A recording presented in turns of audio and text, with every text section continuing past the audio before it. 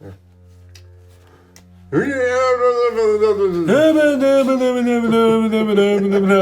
love that shit. Oh, fuck. All right. It's your deck. Go. Yeah. It's no pressure. My Brunhild deck. Literally made it today, so that's fun. You're also all off of a janky bullshit idea. There you go. That's my energized token I got online. All right. So. Oh, speaking of which, not to cut in, but Dual Kingdom is still, or Dual Kingdom in Canada, that's the website, or Gamers Lair still have these tokens if you guys want to get them for like. Really? Yeah. Oh. Yeah. It's like $6 or $7. Yeah, that's how much I got these for. Yeah, there you go. Yeah, sweet. And just as a heads up, we have absolutely no affiliation with those guys. They're just super cool dudes, and they're Canadians. Canadian. And Yeah. Canadians just help each other out. Yeah. That's So how we roll. Check them out. All right. So Brunhild, she's a Valkyrie. You have Divinity 10. Everyone knows that, I think, by now. Pay 2 light, 2 colorless to Judgment and White Energize. When she flips, she is a 12/12 flyer. Enter, bring a Resonator from grave to field. That's what I'm playing. Oh. Sorry. Let's just. What are you doing, Nova? All right. So to start all this thing what's off, this one Resonator is what makes this thing go off like turn 2, which is hilarious. So Sapling of the Treasure Tree. It is a 1-drop Resonator. So for 1, it is a 0/1 treasury item. Tap, discard a card, remove this card from the game, produce 3 light, or tap, or no, not even tap, it's pay a light, banish, destroy target addition. I never use it for that, ever. But I'm running 4 of these for the ramping. You know what? You lied. You lied, sir. In your last match, you used it for banishing something. No, I didn't. No, Messenger of the Sun does that. Oh, he is Messenger Son. Oh, Yeah. Oh, sorry. I'll get to that. Damn. I know what I'm talking about. Sometimes. All right. All the time. Nope. He's already All the proven that time. like how many times that he's like, you're wrong. Yeah. Like the Spear of the Valkyrie thing. No, you're wrong about that. Yeah. All right. So I'm running 4 of these, but like they're only good against things that destroy or damage, whatever. So if you're playing against somebody that's just removing things from the game, they have no use. So they're a good option to take out if you're sideboarding. No, I'm not talking about anyone in particular. No one comes to mind. All right. So Brunhild's Shield. It's a 0/7 1-drop flying. Banishes card. Target Resonator gains Eternal until end of turn. Just a nice little spot filler. Okay. And now we're on to our 2-drop Resonators. So I'm running 3. 4 kind of seems a little clumpy. I don't know. You could run it at 4, but Clumpy. So 2-drop Messenger of the Sun, 2/4. Whenever you play a rune, draw a card. Banish this card. Destroy target addition. Show them the beautiful one. Get out of here. Get out of here. This is my video. All right. I'm running 3 of those. All right. On to the next. I'm running 3. Running 3 Ares. What is he? Night God Emperor of the Burial Grounds. Did you say Night God Emperor? Yeah, Night God Emperor. Like Knight? Yes. Or like Knight. Knight. Like I am a knight of the round table. Okay, so Shit. Knight. Yeah. So enter, produce 2 light.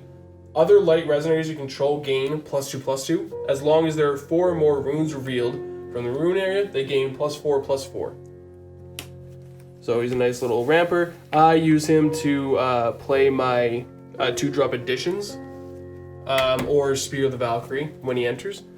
I've got 3 Neo-Berserk Dragon. Oh yeah, the glorious full art. Yep, and I'm not running any redstones, so that's interesting, but we'll get to that. So for 4, Neo-Berserk Dragon is a 10/8, swiftness flying. At the end of battle, so after damage has been dealt, after the combat kind of thing, this card deals 1,000 damage to you, the player, and every Resonator. Now, we offset that. It's more of used as a board wipe than anything. We can offset the damage to ourselves with Spear of the Valkyrie. Yeah, and it's just a nice little thing to cheat in with one of the next cards I'll talk about. No, I have a question before Yep. you go into that. With this one, because you can go in and out of combat the way you were doing. Well, you always do. You always do. You always do. But Every single resonator you attack with is a separate. what I was actually going to ask is what popped in my mind now was that, is it at the end of every single battle? No, when. So that's what I was asking. Or when he battles. So at the end of battle, if this card attacked or blocked. Oh, okay, so it's only whenever he's part of the battle. Okay. It's written right there. Okay. Running 4. Misteltein. Is it Misteltein? Misteltein, The Pious Sword Saint, whatever. Pious. I don't know. Pious? Pious? Pious. Pious? Yeah. I'm dumb. Pious. Do you know Shut what up. piety means? Shut up. Yes, I do. Okay. So it's a healer / wanderer, no. 12/12. Shut up. Enter, produce light and a colorless, or you may pay that much less to play your next rune. Yeah. Whenever you play a rune from the rune area, put target resonator with total cost 3 or less from your grave to the field.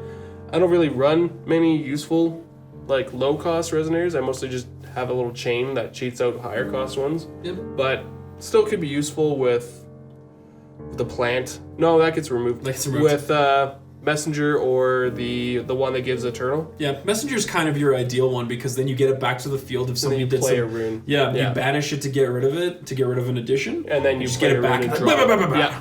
Yeah. So whenever this card attacks whenever this card blocks or is blocked by a resonator, destroy that resonator. So when you do that, the attack goes through if you're attacking. And then the big scary thing of the deck, the reason why I'm ramping so fast to like do this shit, is this dude. Beautiful guy. I'm gonna read this one. So, Here, I'll hold it. You read. Ushuah. I'm gonna go with that. Ushuah. The Swordsman of Eternal Flame. I can read. This is a 6-drop, 17/11. This is the dude that you want to discard with the plant. When you do your judgment, after you do your judgment, you bring it from grave to field. So fire resonators you control gain swiftness. It's mostly just to give himself swiftness, doesn't matter. The real thing that's funny is enter, look at the top 5 cards of your deck. You may put a resonator with total cost 5 or less from among them into the field. The rest on the bottom in a random order. So the ideal thing is to get a plant, right? First turn. Pass turn, whatever. Hopefully it sticks around. On your next turn, you tap that, you discard him, or, I don't know, Ares or whatever, Neo, whatever. Remove that plant from the game, produce 3. Use your 1 stone you had, you flip that turn, you bring him, or whatever you put in there, from grave to field, and if it's him, you look at the top 5 and you can grab one of these other higher cost things. So you could go like, cheat him in, get an Ares, produce 2, play one of your additions, or play Spear of the Valkyrie and have some stupid crap going on. Or something, right? And that's one of the weaker combos. So I really like those resonators, they're really solid. Next for the Chants, we're running 3 Blade of Faith. So for her, it's a 1-drop, remove a resonator from the game. Those are solid. Super good. Yep. There's one more in the rune deck, so we have a play set. 2 Scorching Winds. I actually haven't even used them in the deck yet, but it's there. So for 1 red, 2 resonators gain +4/+4. Didn't you remove all your red stones? Yeah, but I have stones that can produce red for runes. Okay. 1-drop. Quick cast. I run 3 of them. Target resonator gains barrier chant until end of turn, which is alright. Assuming it's a chant. Yeah. And then we run 4 Spear of the Valkyrie, which is one of the best cards in the deck. Just quality. It's just the best card in light.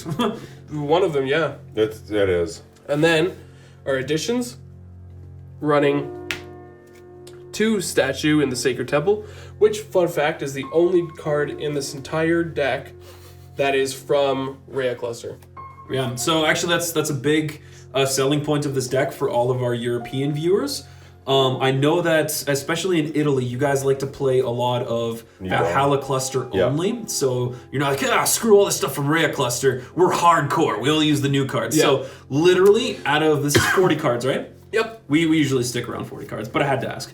Out of 40 cards, you would literally have to change 2 cards, and you could just make them like 4s of or just something else. Yep. It's not necessary, but those cards are nice for if for whatever reason you brick like into your mid to late game and you need to hard cast the Swordsman or the Neo-Berserk Dragon. Yeah, which is it's nice to just have. Unfortunately, being light, you don't have the Black Rune Tutor or Invitation to Tutor as easily. You can cast it, but it's going to be a pain to try and pull off the But color you changing. do, as an option, I mean, like, obviously you can't side into your rune deck, but if you guys wanted to make your own variants of this deck, the stone deck, which we'll go over later, does have magic stones of Omniscience. Yeah.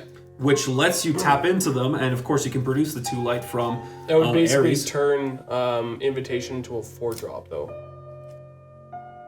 Yes, but it could be worth it. Just maybe, whatever. No. And then 2 of Country of the Sun Minerva. So Resonators you control gain Eternal on my turn.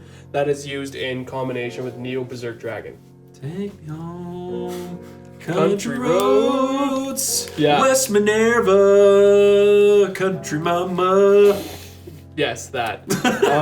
Now for the rune deck, we run Blade of Faith, Because obviously. it's Bay. We run Sand Awakening, so for a colorless, we can give something +2/+6, or if it's a Fire Resonator, +4/+8. So for 1 light, choose 1, and we only have 1 option. We're not playing Heroic Spirits, so grab a Resonator from grave, put it in your hand. Which is for 1 awesome because light doesn't have a lot of grave recursion. Yeah, it just yeah. doesn't. For 1 light, rest target J-Res, which is nice.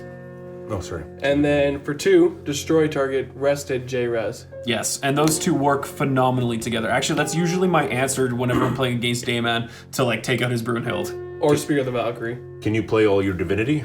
Yep. Yeah, we've got 3, 4, 5, 6, 7, 8, 9. 9 divinity. Wow, nice. Nice. Yeah. Cool. Stones, my dude. All Show right, show for those stones. fine people the stones. We've got 6 light stones and 4 magic stone of Omniscience. So it is tap for light or pay 1 into it and produce a color of any A color of any color. We get you. will of any color for runes, which is convenient. Yep. And yeah, that's the deck. It can do some crazy shit on like turn 2. Yeah. Hilarious. As you will see against the machine decks. Yeah, which, I mean, like, realistically, they're both very aggressive. They're both very good. The only difference is that Nova hasn't put any updated cards in his, so nothing from Awakening of the Ancients. But other than that, they're both top-tier decks. So what this thing was capable of doing was insane. Yeah, Just it was better. hilarious. Just better.